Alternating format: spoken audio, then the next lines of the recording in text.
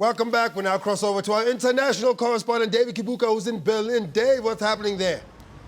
They are celebrating 25 years since the fall of the Berlin Wall here, and Germany has excelled since then.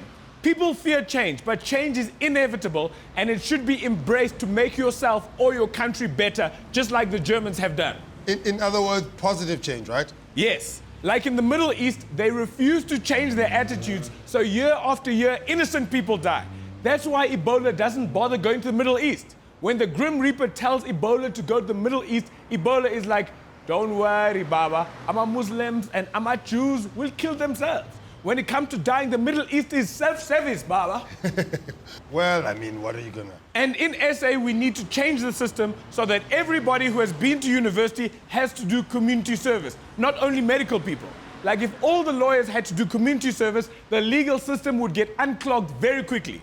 Unless the lawyer is from the University of Northwest, then the criminal would be like, it's fine, I will defend myself. Dave, the University of the Northwest is actually a good university. Change is inevitable because everything is temporary. The only thing you have control over is the direction of that change. I get you. I know it's not easy, but you're always talking about how we need to improve ourselves. When do you ever improve yourself, Dave? I try and improve myself all the time. Like I was going to become a metrosexual, but then the stylist said that to do that, I would have to burn all my clothes, start using cologne, and join Kwela Tebza. Dave, why don't you just give your clothes to the homeless? The stylist said that just because people are homeless does not mean that they do not have taste.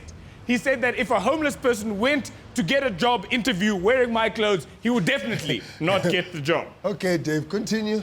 The one thing we need to change in South Africa is the way we look at things. South Africa is such a wonderful place, but we are so negative.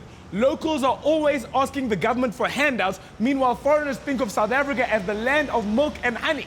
But Dave, when you say foreigners, you mean foreigners like you, right? Thank you, Lloyd. Well, that's David Kibuuka, ladies and gentlemen, all the way in Berlin, having a good time breaking down the wall one more time. News that moves. ENCA.com.